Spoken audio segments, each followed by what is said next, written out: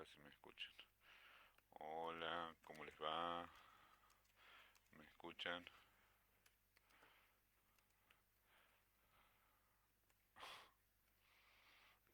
Hay un chiste que veía el viejo así, tomándole a Alejandro algo. Y mi esposa decía, viejo, ese es el microondas, no la computadora. Hola, hola, ¿me escuchan? ¿Cómo están? Ahora sí. Ay, gracias, Iñaki. Bueno, me alegro. Me alegra, porque no saben lo frustrante que es estar desde acá intentando conectarse y no poder conectarse o que funcione mal, porque realmente es una dificultad que nos excede. Bueno, ¿cómo están? ¿Eh? ¿Cómo andan? ¿Eh? ¿Ahí me están escuchando bien? ¿Quiénes están? ¿Solo Silvia? ¿Somos nosotros dos? No, dice 22 más. Eh, Hola Nidia. Bajito, ahora me escuchan. Hola Graciela. Muy bajito, pero no sé, más. Se escucha muy bajo. Eh, Ahora te escucho. Hola Tere, ¿cómo andan? Eh, bueno, voy a tratar de hablar más alto, pero obviamente había algún problema en la conexión. ¿Eh? ¿Cómo están? Bueno, eh, ahora sí. Bueno, perfecto. ¿Eh? Vamos con la segunda película de González Iñárritu, ¿eh? Que es una película eh, fuerte, por supuesto. ¿Ahí me escuchan? ¿Mm? Que además de ser una película fuerte, es una película que nos viene muy bien, ¿eh? No sé quién me está escuchando y quién no. Bueno, ahora me escuchan mejor. Hola Marta, ¿cómo va? Muy bajito, dice. No sé, me he puesto esto para que se pueda escuchar. ¿Mm? Hola Beatriz, ¿eh? Bueno, qué gracias por el saludo. Bueno, ¿cómo pasaron el fin de semana? ¿Eh? Bueno, para que nos ubiquemos, eh, como el curso se llama Cine y Psicología, ¿eh? Entonces le vamos a dar el lugar al cine y a la psicología, las dos cosas. La película, para quienes están un poco atrasados, es 21 gramos. Ya como el título lo indica, ¿eh? Parece que es un falso, no sé qué es un falso. Bueno, ahora está bien. Bueno, les decía, como el talleres de cine y psicología, ¿eh? Eh, me parece bueno que entremos primero en la forma de construir cine, ¿m? Que es también una forma como de definir la subjetividad. Y en esto les decía la otra vez, cuando habíamos visto Amor Perro, que había como diferentes formas de narrativa, la clásica, la narrativa heroica, la antinarrativa. En esto es un poco más desordenado, pero porque también es más melodramático. ¿Vieron? Hay tres. Espero que la hayan visto ya. ¿M? ¿Eh? ¿Qué quiero decir con esto? Cuando te filmas más se escucha mejor. Bueno, ahí lo mejor que puedo. Entonces les decía que esta película tiene, a diferencia de otras, eh, como por ejemplo la anterior, toda una perspectiva en el sentido literario del término más melodramático, ¿no? Eh, También es, como les decía, es muy dura, es muy, muy visceral y se asienta sobre tres grandes actuaciones, ¿no? La de Champagne, la de Benicio del Toro, ¿eh?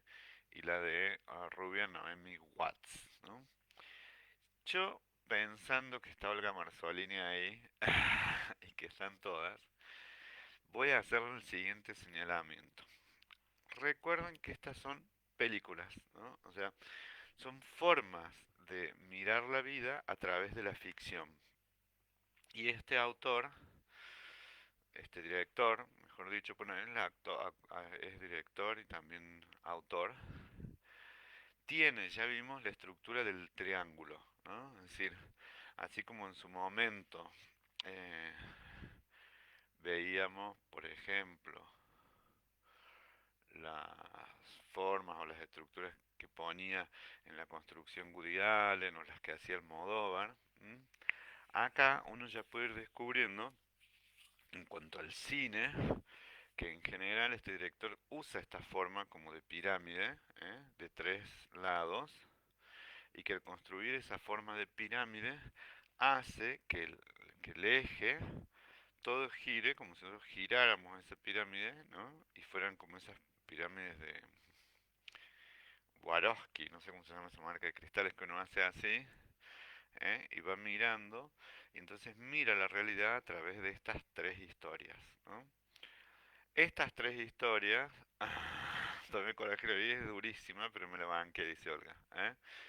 Pero estas tres historias, a diferencia de Amores Perros, están asentadas en esa pirámide, pero hay como una especie, ya lo vamos a ir trabajando, sobre la tragedia se erige la redención. Es decir, sobre el encuentro, bueno, yo me imagino que los vieron todos porque se los anuncié bastante.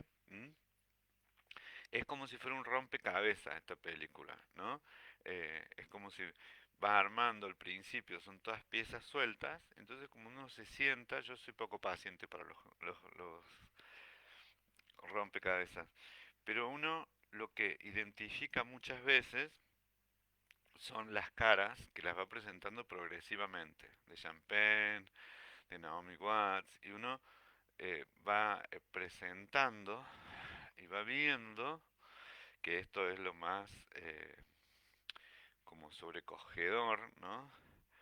Que como que el destino, ¿no? Y acá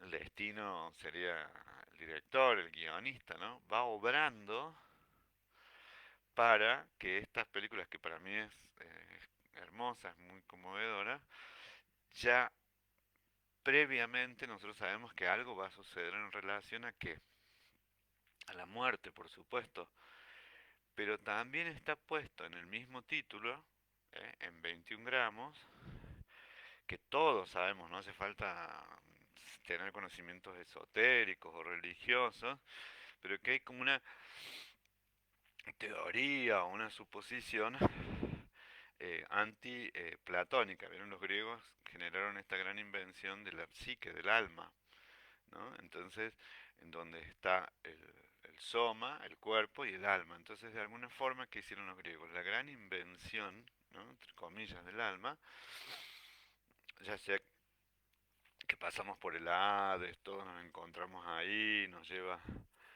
eh, nos llevan en la barca, ¿eh? Tenemos que pasar con las monedas, ¿no? Y después nos espera el cancerbero. Bueno, hay diferentes representaciones, pero se empieza a generar que el alma es algo que está divorciada del cuerpo, pero que sobrevive a la muerte. ¿M? Acá González Iñárritu se apoya en esa creencia y que es una creencia universal, al punto que nosotros damos por sentados de que existe esta teoría, ¿no? Porque lo hemos visto en ciencia ficción, o lo hemos visto en algún texto, o lo hemos leído en alguna novela fantástica, algo que es contra griego, por decirlo así, contra platónico, contra religioso, que es que el alma pesa. ¿Eh? ¿Y por qué digo que es contra? Porque si el alma pesa, ya no es alma, no es inmaterial, sino que tiene una sustancia que le da 21 gramos. ¿Eh? Sí, ¿cómo andas, Inés? La característica básica de la película esta es la edición, ¿no? Es decir, como si nosotros tuviéramos todas las piezas estalladas o divididas, ¿no? Como si se nos hubiera roto una vasija, ¿eh? pero que en el primer contrato nosotros no sabemos qué tiene que ver. O sea, a diferencia de cuando se nos rompe un objeto conocido, que nosotros más o menos intuíamos cómo es, ¿eh? Hola Beatriz, ¿cómo anda? ¿Eh? Pareciera ser efectivamente que nada tiene que ver una historia con la otra. Y que además esa fragmentación, y esto es muy importante muchachas, de cine en psicología, esa fragmentación es la fragmentación que vive el psiquismo frente a una crisis, ¿no? Si está todo estallado, por eso les digo que esto de cine y de psicología en este director está más unido que nunca, ¿eh? Entonces, por supuesto que después se va armando de a poquito y hay que tener como mucha voluntad para mirarla, ¿no? En ese sentido lo que dice Olga, me tomé el coraje y la vi, es cierto. Es decir, ¿por qué? Porque, hola Inés, ¿cómo andas? Porque lo que aparece inicialmente es que nada tiene sentido, ¿no? Y el sábado leía de Milán Kundera, ¿no? Que habla sobre los ángeles y los demonios también. Entonces dice que cuando todo tiene demasiado sentido, se hace muy aburrido. Y cuando nada tiene sentido, no se puede sostener. Bueno, esta narración, y a mí sí me gusta ir como, en realidad tenemos no 2 horas porque sería muy largo, sino que tenemos puchitos de 1 hora, de 40 minutos. Lo que es muy interesante, que nos mantiene en la película también, con la sensación que es muy angustiante. A muchos les puede producir mucha angustia, o a algunos les puede producir una gran eh, aburridera, ¿no? A otros les puede producir intriga, pero nadie queda absolutamente indiferente respecto de esto que parece ¿eh? que al inicio no tiene sentido y nosotros vamos descubriendo, por supuesto, y vamos descubriendo que la vinculación entre ellos tiene que ver con la vida y la muerte, ¿no? Y diríamos con la continuidad de la vida y la muerte. ¿Por qué? Porque González Iñárritu rompe, así, rompe el pacto que nosotros tenemos culturalmente, en el sentido de que el alma es inmaterial, ¿eh? Y lo material es lo que perdemos, porque él le pone un peso y dice, y esta, no sé si hay otra palabra mejor, y este peso no se aligera y se evapora o se sublima, y va a parar a la estratosfera o queda en el aire, del polvo venimos, del polvo vamos, sino que tiene la posibilidad de moverse, ¿no? Y cuando digo que tiene la posibilidad de moverse, moverse con bastante independencia, casi diría, en relación a donde se alojaba, porque esa es la casi les diría que la, el eje narrativo, ¿no? Es decir, sin lugar a dudas, González Iñárritu no va a poder escribir nunca una película para Disney, no sé si me explico. Aunque vaya a saber, ¿no? Estamos en el mundo de la incertidumbre. Pero si hay algo que no gravita, es que el vértice ese es un vértice desgraciado. ¿eh? Esto es lo que les decía la otra vez. Él tiene mucha conciencia, como director, como persona, como guionista, de esta teoría que les decía, eh, que es la teoría del curso de vida donde uno dice todas las vidas están entrecruzadas, pero como ningún director he visto, tiene tanta claridad y tanta recurrencia narrativa. Cuando digo recurrencia narrativa, ustedes son personas muy inteligentes, eh, es que utiliza, ¿no? Esto que dice Maite, las 3 muertes que son injustas, 3 viudas, eh, 3 vidas destrozadas, que utiliza esto como una forma de meterse en la cuestión, casi les diría que psíquica y relacional. O sea, va más allá de la vida de relaciones, porque uno entiende la teoría y dice, ah, las vidas están entrecruzadas porque lo que le pasa a mis hijos me afecta a mí, porque el humor de mi mamá o la salud de mi mamá, por supuesto que me impacta, pero uno tiene cierta familiaridad. ¿Eh? Ya lo vamos a ver en Babel, hace como una gran apuesta, sube la apuesta, ¿no? En donde siempre vemos que están interrelacionadas, pero familiarmente, diría, ¿no? O vinculado a la amistad, o vinculado a la cercanía. Pero efectivamente, ¿no? Como dice Olga, esos 21 gramos ¿eh? serían como la esencia más humana que está libre de las reglas habituales de cercanía y de parentesco. Por eso, en algún punto, aunque es muy doloroso, y este es un juego interesantísimo, González Iñárritu lo hace muy realista. ¿Eh? Después vamos a ver otro en que es absolutamente una construcción totalmente esotérica y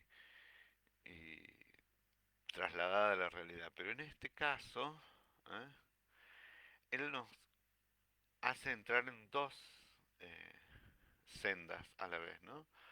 Una en esta especie de inicio antinarrativo, ¿no?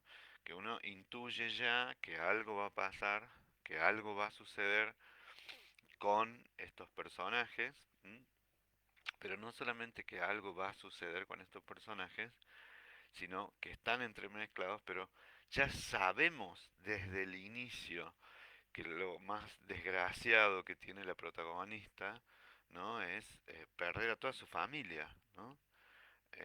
A toda su familia. Cuando digo toda, es toda y eh, los personajes en sí, cuando se empiezan a relacionar vos, sabes que hay algo que trasciende a la culpa, hay algo que trasciende a la venganza y que tiene que ver con el orden del amor y la redención, ¿no? Es decir, ¿por qué? Porque más allá del entrecruzamiento de las historias de estos personajes, que además lo actúan eh, brillantemente, Benicio del Toro, Sean Penn, son actuaciones muy, muy buenas, ¿m? Sí hay algo ¿eh? que me parece que es interesante, ¿m? Y que tiene que ver con que esta es la segunda película que hace él, ¿no? La primera que vimos fue Amores Perros y yo le estoy poniendo en este caso casi el orden en que él escribe. Después vamos a hacer un salto, ¿no? Eh, en donde esta recurrencia siempre es para llegar a dos o tres emociones muy humanas, ¿no? Y muy del orden de la psicología, la culpa. La culpa es el tema de la religión y el tema de la psicología, ¿no? La sed de venganza, ¿no? La búsqueda de resarcimiento, ¿eh? Y en esa búsqueda de resarcimiento también emociones que están vinculadas a la pérdida, el amor, ¿no? El amor por lo que se ha perdido y por lo que se construye después, ¿no? Eh, si uno va a vincular cuánto el personaje, Paul creo que se llamaba, que encarna a Sean Penn, lo va a relacionar casi directamente con el corazón, digamos, que va a recibir del padre que perdió sus dos hijas, digamos, de quien queda viuda ella, ¿no? El personaje de la chica, ¿no? De Cristina. ¿Eh? Entonces uno más o menos se lo intuye, ¿no? Ahora bien, después hay que hilar qué tiene que ver con el personaje Benicio del Toro, no me acuerdo se llama Jordan, Jack, que esto es ¿eh? Lo que lo va a vincular al personaje de Cristina. ¿Eh? Toda una familia se desmorona. Cuando digo toda una familia se desmorona, es porque acá sí hay algo en que hace González Iñárritu, que es ponernos frente a algo que nadie quisiera estar.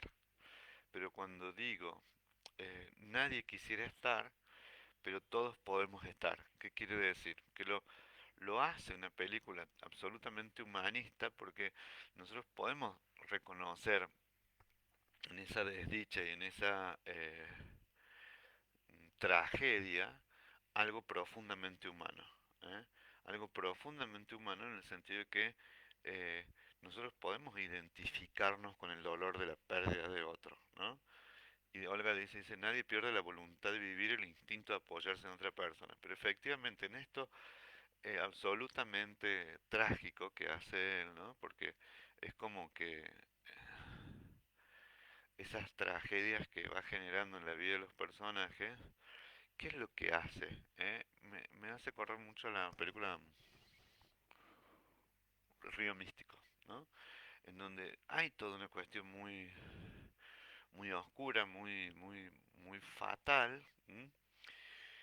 Pero en la misma, casi les diría que recurrencia obsesiva del director. ¿Por qué digo esto? Porque la estructura es la misma, tres con personajes, así como, ¿se acuerdan en Amores Perros teníamos las dos parejas, el vagabundo, y todo estaba conectado por ese perro, que es un perro de pelea, herido, y que el vagabundo se lo lleva, y que de alguna forma exponen a la modelo a que pierda la pierna. Bueno, todo lo que estaba cruzado ahí queda de alguna forma surcado porque el único que puede redimirse un poquito es el vagabundo. Acá, ¿eh? Esa obsesión se repite y se repite y se repite, en la manera en que él nos va mostrando también lo previo, ¿no? Es decir, las vidas, esto que les digo, las vidas sin alteraciones hasta que las vidas cambian y dejan de ser lo que eran hasta este fatalísimo encuentro entre ellos, ¿no? Eh, Obviamente, y en eso sí acuerdo con Olga y con todos, es una película que tiene componentes muy tristes, ¿no? Eh, Tiene un componente, ¿qué les diría? Doloroso, ¿eh? Tiene un componente muy sufrido, que realmente es donde en algún punto todos los directores llegan cuando nos conmueven, ¿no? Es decir, lo que veíamos en aquel momento, sobre todo sobre mi madre, por ejemplo, ¿no? Eh, Hay una cosita que a mí me parece que es muy importante, que es básicamente también lo que está detrás, ¿eh?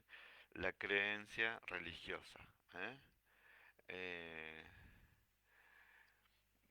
Qué sé yo, tiene mucha poesía para mostrar eso porque eh, en algunas cosas es terriblemente cruda, en otras las afloja, ¿no? Eh, ¿Para qué? Para que sea una historia más digerible, porque si nosotros nos quedáramos solamente con la crudeza de la pérdida, no podríamos salir, ¿no? No podríamos salir. ¿Qué dice Marínez? Dice, hay encuentros y desencuentros. Dice, ya sea por la separación del matrimonio de Champagne, esa es otra bien humana, como la muerte de padres e hijos, y el mismo Benicio que se desconoce y pierde su fe al huir luego del accidente, ¿no? Bueno, es que ese es el juego más brutal, ¿no? Eh, Hay cosas en donde está puesto en que quizás haya un movimiento en esta interrelación alocada de las vidas, aparentemente casual, ¿m? Eh, que tienen que ver con esta creencia de que la redención no es solo por lo que yo hice, ¿eh? No es solo por lo que hice, sino por lo que en algún punto ese accidente nos cruza y nos une para siempre, ¿no? Que es amor y trascendencia en el hijo de Champagne, sí, el barazo en la protagonista, sí, el primer amor de Benicio en su familia, sí, eso es lo poético, lo que dice María Maite Laza, ¿no? Lo que dice María Teresa. Eh, si todo esto se transitara con crudeza, sería totalmente desmoralizador y en eso sería un poquito lo que dice Olga, ¿no? Es decir, como si él disfrutara mostrando el destino torturado de los personajes. Algo de eso hay en cualquiera que escriba una tragedia. Miren si no es terrible, no sé, la historia de los miserables. Bueno, tantos clásicos, digamos, Crónica de una muerte anunciada, La familia Pascual Duarte, o sea, todas estas novelas donde lo central es la muerte, ¿no? Porque, porque ahí empieza a emerger algo que todos estamos convencidos de que la muerte no tiene nada de justo, ¿de acuerdo? Es el acontecimiento universal, ¿no? Entonces, si ojalá se muera, o mala hierba nunca muere. Bueno, detrás de esas expresiones hay en nosotros una especie de creencia que supone que la muerte va a igualar en dirección a lo que pasa después, ¿no? Es decir, en principio desearle la vida corta a uno que es un sátrapa, ¿no? O al revés, larga vida al rey, o que tenga una larga vida estos hijos, etcétera, como no ser atravesados con la muerte cuando sabemos todos que en el momento que nace, ¿no? Un nieto va a morir, o sea, pero no nos ponemos en esa, ¿no? Acá en la película hay una cosa que está absolutamente explicitada con lo del embarazo, ¿no? Eh, Además de algo eh, que me parece muy genial, es cómo el director dirige a los actores o las actrices, ¿eh? Eh, que es un estallido de actuación, ¿m? Eh, porque a todos, están como en el límite del dolor y de la necesidad de morir. Es muy dolorosa la perspectiva, ¿eh? Eh, Está muy cuestionada la creencia religiosa, estoy totalmente de acuerdo, sobre todo en la parte fundamentalista, sí estoy de acuerdo, pero todos están al límite, ¿no? Cuando digo están al límite, son tan duras esas experiencias humanas, ¿m? Que parece que ya todos, eh, que parece que ya todos se van a desbordar y en algún punto toda esa emocionalidad ¿eh? Se equilibra y se desequilibra. ¿Qué quiere decir esto? Que el estallido per se es lo que hace que muestre algo, les diría, como la fibra, ¿no? La fibra real de lo humano que hay en cada uno de ellos, ¿no? Eh, bueno, Sean Penn es un actorazazo, ¿eh? Y si hay algo que lo hace brillante, ¿no? En la actuación de él es que realmente, además de que actúa muy bien, el tipo está eh, desesperanzado, ¿no? Es decir, eh, esto es lo que me parece muy lindo, ¿no? Está destruido en términos de la cuestión física, pero a su vez convive una cosa que me parece que solamente las personas que han vivido o están cerca de alguien que vivió un trasplante o algo parecido, lo pueden experimentar, que es esta cosa de saber que la muerte ¿eh? propia es una perspectiva cercana, pero que a su vez la salvación propia tiene que ver con la muerte de otro. Y esto es lo fuertemente redentivo, y de ahí que les digo que se trabaja mucho el tema de la culpa, es decir, porque en realidad la, lo milagroso del trasplante implica un intercambio de las vidas que están cruzadas, o sea, no fue la mía, ¿eh? Si yo soy el trasplantado, sino que fue la de otro la que hace que yo sobreviva. ¿M? En este sentido, estoy tratando de hablar lo más alto que puedo, Laura. ¿Eh? En este sentido, nosotros algo de eso habíamos charlado alguna vez en Todo sobre mi madre, ¿eh? Pero en esta presentación sobre los 21 gramos, además me parece una película que es brillante, pero que es fuertísima, eh, que en algún punto, no sé si no nos lleva a algo, a una cosa que a mí me parece una maravilla. Eh, Voy a ver si consigo, sí, se los voy a dejar también para que ustedes lo tengan. ¿Mm? Eh, Consigue algo que es una maravilla ¿eh? Que es esta cuestión de eh, qué es lo que finalmente esas 21 gramos se puede transformar en otra vida, ¿no? ¿Quién dice? Ah, Paul y Cristina, bueno, sí, el personaje de Sean Penn y de Naomi Watts, dice, conteniéndose al final, dice, con un hijo en común y la vida sigue. Bueno, es que es muy fuerte porque en esto la apuesta más común, ¿no? Hasta donde nosotros llegaríamos, es donde decir lo destrozada que queda la mamá después de la muerte de sus hijas, ¿no? Que por supuesto que, porque no es que pierde una, pierde las dos, pierde al marido, ¿eh? Eh, es un director muy joven, González Iñárritu, un tipo de mi edad, de 55 años, ¿m? Eh, bueno, un poco más, 57, no sé, ¿eh? Eh, y en algún punto, ¿eh? Es tan brillante, que dice, ya no se puede sufrir más que perder en un solo acto, digamos, al hombre de su vida, a las niñitas. Entonces, decir, esto es lo que hace brillante, es decir, ¿de dónde se va a... ¿De dónde? ¿De dónde se va a asir esa mujer? ¿No? Eh, ¿De dónde se va a construir en esto que es la, bueno, la característica del melodrama, una eh, redención de alguien que ya no tendría por qué vivir, ¿no? Porque la verdad que es mucho bueno. Y ahí mismo, eh, el director compone en estas tres historias que se cruzan, lo que les decía antes, ¿eh? Que la pérdida de Cristina sea el sentido de la existencia, de Paul, ¿no? O la dignidad de Jack del otro, del expreso, ¿no? Entonces uno dice, ¿es posible que ese encastre se produzca a partir de que mi sobrevida, mi bienestar, esté atado a la desgracia del otro? Eso es como muy fuerte, ¿no? Que no se da todos los días, ¿eh?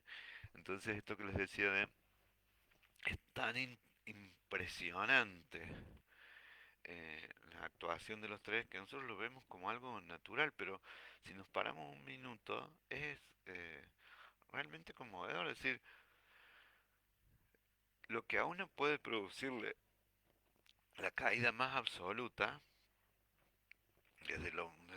hasta la destrucción de su psiquismo, para el otro, el inicio o es la inauguración de la vida. Cuando digo que es la inauguración de la vida es que a partir de ese momento, ¿eh? Eh, y que eso es lo que me parece tan bonito, es que cuando nosotros nos damos cuenta más o menos cómo está armado el rompecabezas, decimos, wow, ¿no? En el momento no podemos darnos cuenta porque quedamos muy conmovidos por las historias, ¿no? Pero es muy, muy interesante cómo el director hace del dolor un gesto de redención, de entrega, ¿no? Eh, es muy brillante como él eh, se acerca tanto, tanto, tanto, tanto, tanto al dolor de ella, ¿eh? Para él, bueno, esto de los accidentes es algo que lo ha marcado, ¿no? Eh, en el sentido de que siempre, siempre, siempre, siempre enlaza, ¿eh? Algo muy loco, ¿no? Que sea la desgracia lo que conjuga esa nueva parentalidad desdichada, por decirlo, ¿no? Eh, en donde, bueno, obviamente, ¿eh? Eh, su matrimonio también se cae a pedazos, ¿no? Y él está sobreviviendo a ese tipo de caídas, ¿no? Es muy difícil, ¿m? Eh, que nosotros veamos el sufrimiento, la pérdida, la redención sin pensar en que algo de esto produce culpa, ¿no? Eh, cuando digo culpa también me refiero a deuda, ¿no? Es decir, en qué medida el personaje de Sean Penn eh, de alguna forma la cuida a esta persona que ha perdido tanto, ¿no? Y esto de la culpa se ve más, por supuesto, en quien es el personaje de todos, el más complejo, ¿no? Que es el que protagoniza Benicio del Toro en este Jack, ¿no? Así que donde hay un montón de atributos que tiene como padre, como esposo también, ¿eh? Pero es un tipo sin dignidad, ¿no? Es un tipo que vive una vida empobrecida, ¿no? Y el fanatismo religioso, eso a mí sí me parece interesante. Cuando fue el sábado o algo de esto, escuchaba dos historias muy breves sobre el encuentro que han hecho las madres y de personas grandes, ¿no? En religiones que implican mucho de sí y de convencimiento, como testigos de Jehová, otra cuestión evangélica, entonces que aparecen a través de la web. Y nosotros solemos desvincular este fanatismo ¿eh?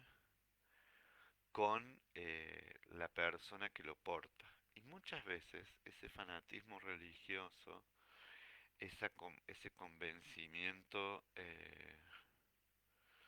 irracional, ¿no? En donde siempre se ve como una redención milagrosa. ¿M? Muchas veces esa es una necesidad de expiación, ¿no? De expiación del alma, ¿no? Eh, culpa y expiación, es un tipo que ha cometido delitos, pero que además encuentra que todo el camino, tipo la historia de los mártires, ¿no? Su propia carne, su propia vida puede ser lo que lo salve. Entendiendo también en esto, muy loco, muy loco que ese fanatismo religioso es una forma también de salvarse luego de los daños que produjo, ¿no? Eh, ¿Por qué? Porque está absolutamente vinculado a la fuga, ¿no? Y a dejar eh, varado a gente que está muerta, ¿no? Entonces, esto es muy importante, o sea, no hay posibilidades de mirar la redención de alguien, sino hay también ver lo espantoso que es el remordimiento, ¿no? Cuando digo lo espantoso del remordimiento no es una valoración moral, sino que eh, todo esto es un sufrimiento que se transforma en algo insoportable. ¿Por qué? Porque en realidad el personaje ¿eh? Está construido sobre la provocación del dolor en los otros, ¿no? Eh, digo, sí, lo que dice Inés, que dice, ella no encuentra consuelo ni siquiera en el alcohol. Él se acerca. Bueno, ese es el asunto, ¿no? Que dice la serie que Penn es un personaje fabuloso, es tan buen actor, sí, el personaje del perdedor, porque acá, en esta película, ¿no? Además de las grandes actuaciones, como dice Susana, hay una cuestión que esas grandes actuaciones se centran sobre las desgracias épicas, no sé si me explico, o sea, nadie quisiera que esto nos suceda, ¿no? Pero leía ahí justo los comentarios de la serie, de Susana, pero hay veces que estas cosas suceden, ¿no? De Inés, la pérdida de hijos, este tipo de dolores, pero acá está puesto todo en una dimensión, por eso es melodramática, es magnífica de dolor, ¿no? En situaciones que uno dice, ¿son habituales? No, no son habituales. Suceden, sí suceden, pero la conjunción de estas historias, ¿no? La conjunción de estas tres historias hace que efectivamente haya algo muy fuerte de lección, o casi les diría eh, de aprendizaje, ¿eh? Sobre la condición humana en situaciones de extrema vulnerabilidad. Y cuando digo de extrema vulnerabilidad, la pregunta interesantísima, o como la pregunta del millón en estos casos, es cómo los seres humanos somos capaces de sobrevivir. Esta es la beta más fuerte, la de 21 gramos, a acontecimientos que tendrían que de alguna forma matarnos. ¿Por qué? Porque es el sentimiento que tiene cualquier persona que sufre eso en ese momento, ¿no? O que me lleve puesta la vida, me mate el corazón, o que ella me mate la vida después de haber perdido a mis hijas, y a mi marido, o que la vida no tiene más sentido después, eh, sí, es muy buena esa frase. En un momento él dice, la niña que maté me miró a los ojos y quería decirme algo, ¿no? Bueno, eso tiene que ver con los clásicos de los clásicos, en ese sentido es donde González Iñárritu me parece que sube a la altura de los grandes novelistas, ¿no? De Dostoyevsky, del Dante, donde se cruza la condición de la humanidad con la condición de lo divino. No sé si me explico. Más allá que uno crea o no en Dios, más allá de la creencia que uno tenga, ¿eh? Pero se tiene la valentía y el coraje de hacer en una película, ¿eh? una, eh, una de las preguntas fundamentales, o sea, ¿qué hay después de la vida para las personas que han perdido todo? ¿No? Ahí les voy a poner otra nota que me pareció que es una buena sinopsis, ¿eh? Eh, y eso que estamos diciendo, no solo es cómo sigue la vida después de la muerte, o sea, la muerte es muerte, sino cómo sigue la vida nuestra después de esas muertes, ¿no? Entonces ahí les decía, vuelve a tomar mucho sentido esto de los 21 gramos, ¿no? Es decir, que puede haber algo tan ligero, ¿eh? Tan ligero, tan ligero, que aún, ¿eh? Eh, en la pérdida de todo lo físico hay algo que sobrevive, ¿eh? En dirección a que a la sed de venganza, en dirección al arrepentimiento, en dirección a este empecinamiento, ¿no? De querer tener un hijo, de alguien que está por morir. Entonces hay mucha redención en esto de que un personaje como el de Cristina, ¿no? Que ha estado en las adicciones, el alcohol, es decir, que pueda sobrevivir, y en qué sentido se puede sobrevivir, ¿m? A estos brutales, porque son así, ¿m? Y en esto, cuando les decía que es brutales, que son masazos que la vida nos da, ¿no? Sí les diría que acá, en esta pirámide que les decía que se arma, ¿m? Que es una pirámide que aparentemente primero es un rompecabezas sin sentido, y después todo pasa de esta antinarración a ser una especie de gran cuadro, donde está todo contado, ¿eh? En 2 horas, y en esas 2 horas cierra todas las historias, porque no hay nada que quede, no hay nada que quede, no hay ningún cabo suelto, no sé cómo decirles, no hay nada que quede sin abordar, porque se toma el tiempo, eh, de ponerse en el lugar de cada uno de ellos en los sentimientos que les decía al inicio. ¿eh? Eh, Cómo y cada uno de ellos encarna emociones, y casi que les diría que superan a las emociones, sino que vicisitudes muy humanas como la culpa y el remordimiento, el dolor y la redención, ¿eh? El escape, y la búsqueda de sentido. ¿Eh? Entonces, ¿eh? En ese sentido para mí es brillante, ¿eh? De semejante drama nos lleva a una reflexión. No porque, miren el giro que hace, es como si entrara por el exterior y después va por el interior, entra y después vuelve a entrar. En la fotografía, en todo, que ya vamos a entrar, lo que dice María Inés Largo, pero no lo vamos a hacer hoy, sino que lo vamos a hacer mañana. ¿eh? Eh, lo que les decía, de estos actores, actrices, es que eh, si hay algo que es muy fuertes que nosotros entramos en el pensamiento religioso, entramos en el dualismo de mente y cuerpo, Eh, en lo más humano de la historia, que es que todos quieren pactar con la vida de alguna forma, ¿no? Ah, esto que dice Marta, la supervivencia es al final una de las cosas más fuertes del ser humano. Sí, y la capacidad de reponerse, ¿no? Porque uno dice, de esto no se sale más. Bueno, y todos de alguna forma, hay algo ahí muy, no solo es vital, sino que hay algo muy empecinado, porque esa sería para mí la palabra, muy obstinado, ¿eh? En que hay esa vida después de la muerte, ¿no? Sin hacerlo esotérico, ¿no? Es decir, ¿qué queda de la vida de los otros? ¿Eh? ¿Qué queda de los otros tras la muerte? ¿No? Y fíjense que en esto se dedica él mucho a la adultez, porque el tema de las hijas prácticamente no lo toca, sino lo toca como la fuente de sufrimiento y de remordimiento del personaje de Benicio el Toro, de Jack, creo que se llamaba, ¿no? Eh, entonces, en ese punto, cuando se termina de armar todo el personaje, ahí sí se puede identificar, no con el acontecimiento, ¿no?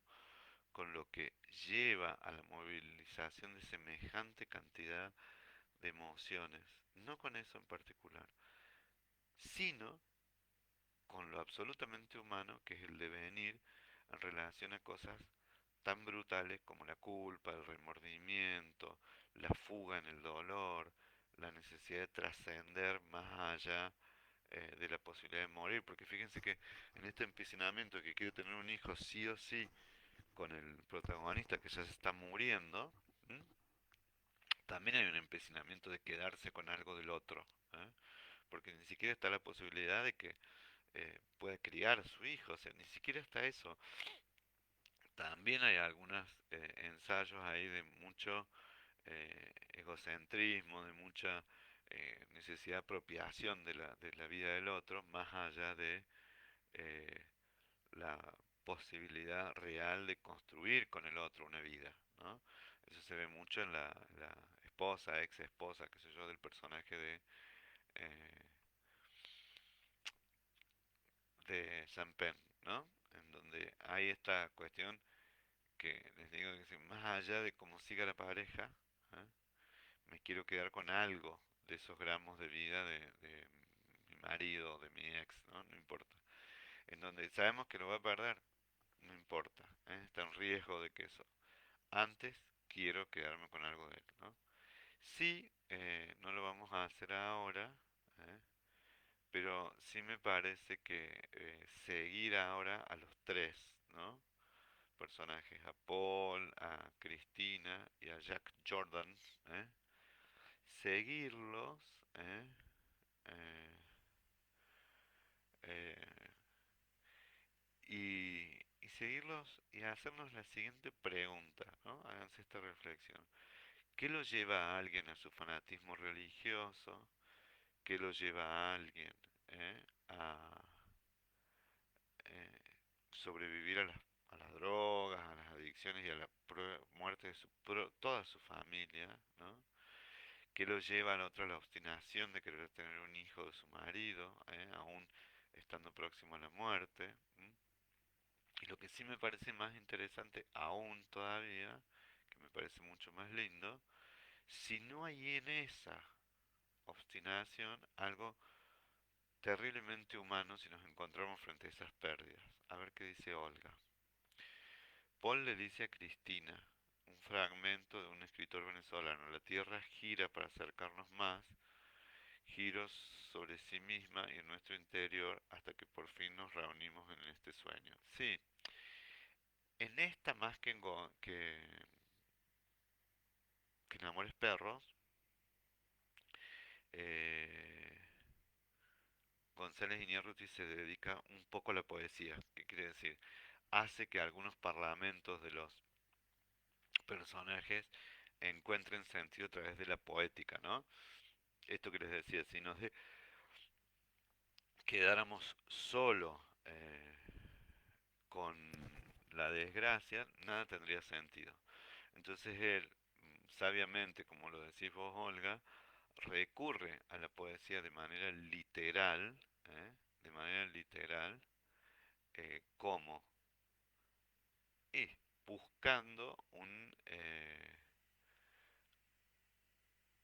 una vía poética, que esa es la palabra, una vía poética para resolver ¿eh? Cuestiones que están absolutamente atravesadas por algo que resiste el procesamiento, ¿no? Que es esto que les decía antes. Eh, Todas esas emociones que están como contenidas, como presas, tienen que tener alguna, y cuando digo alguna es alguna, al menos alguna, eh, consecuencia narrativa, o sea, que la vida pudiera seguir, ¿eh? Porque esa es la gran pregunta, ¿eh? Ya nos estamos acercando a algo que vamos a trabajar mañana, ¿eh? Que es cuál es el sentido de la vida, ¿eh? ¿Cuál es el sentido de la vida? Porque esa es lo profundamente psicológico de esta película, no tanto mecanismos de defensa o cuestiones inconscientes, sino lo que nos hace a todos muy vulnerables y a todos estamos en algún momento unidos por este accidente, que es lo que nos lleva a preguntar si cuál es el sentido en donde aparece la vida. ¿Cuál es el sentido que tiene seguir adelante? ¿No? ¿Por qué? Porque obviamente lo pone en el extremo en donde el accidente los marca a todos, los fulmina a todos, los destroza a todos, ¿no? Entonces, eh, si hay algo que él ve es que parece que la vida para Gonzalo Iñárritu es una secuencia de pérdidas, ¿no? Eh, si hay una posibilidad de sostener la creencia ¿eh? En dirección a mantenerse en pie después de perder todo o la posibilidad de seguir viviendo cuando ya eh, no se sen- no se había construido vida, no se había construido sentido, ¿no? Porque parece que fuera la esposa del personaje de Jean Penn la que estuviera sobreviviendo, ¿no? Eh, la otra que me parece que lo vamos a charlar mucho ¿eh? Es esto que les decía al inicio. ¿Cuál es la pregunta? ¿Cuál es el sentido de la vida? Porque González Iñárritu nos pone frente a la pregunta a partir de la creencia de que qué pasa con estos 21 gramos, ¿no? Eh, Efectivamente hay necesidad de creer en el alma o en la vida después de la muerte para eh, hacerse esta pregunta sobre el sentido de la vida, o es un recurso que utiliza el director para que nos preguntemos, ¿no? Bueno, además de que ya nos vamos a dedicar a la música de Santa Olalla, ¿eh? Bueno, ya vamos a ir entrando ahora en los detalles, ¿eh?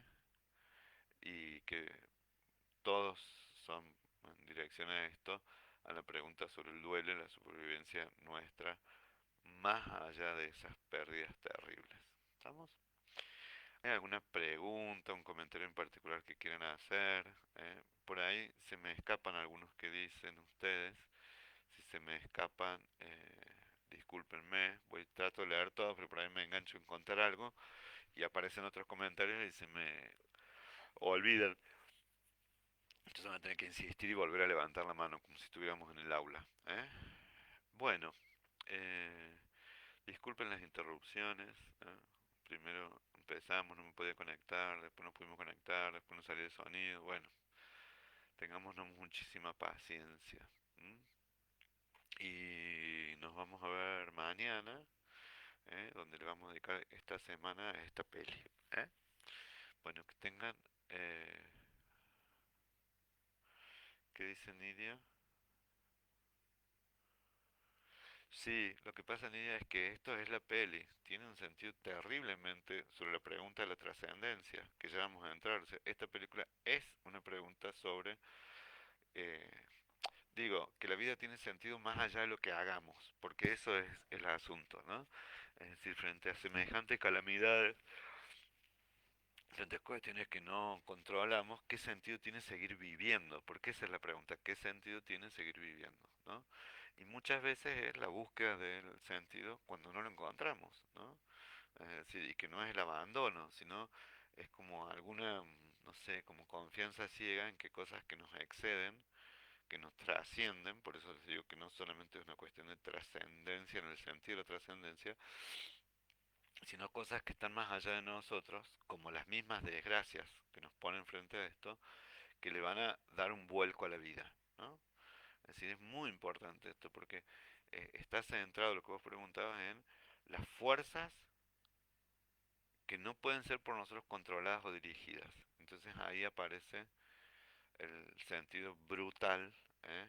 Eh, de la película, ¿no? Y parece que fuera necesario ponernos contra esta brutalidad, ¿no? Y solo cuando nos encontramos frente a estas situaciones tan terriblemente eh, sí, no sé, conmovedoras, ¿no? Entonces la pregunta es, bueno, ¿cómo seguimos viviendo? No, no viene escrito cómo seguimos viviendo. No hay en la condición humana o en la psicología algo que diga, bueno, de esta manera, sino que efectivamente habrá que reponerse de los duelos, lo que les decía al inicio del año. Después, esto parece que fue hace 7 años, lo que les decía con Lasse Hallström, con el director de El perro, o sea, ahí se veía todo lo del duelo. Bueno, ahora no nos vamos a centrar en el cómo del duelo, sino en el sentido de la vida a pesar del duelo, ¿no? Que bueno, de eso se está tratando esta parte del curso, ¿no? Por eso puede ser dura, pero es de qué sentido tiene la vida a pesar de, más allá de cómo sea la constante del duelo, como vimos en Laza Hellstrom, ¿no? Ahora nos vamos a preguntar sobre el sentido que tiene la vida más allá de la pérdida, y que hay pérdidas que son dolorosísimas, ¿no? La pregunta es decir, ¿cómo sale la gente adelante? ¿Hay algo en la condición humana que tenga que ver con eso? ¿Hay algo quizás en la fuga a la creencia religiosa que nos contiene? ¿Eh? ¿O hay algo más humano en dirección a lo que dice Inés, que es la cuestión del amor, donde se encuentra la trascendencia, ¿no?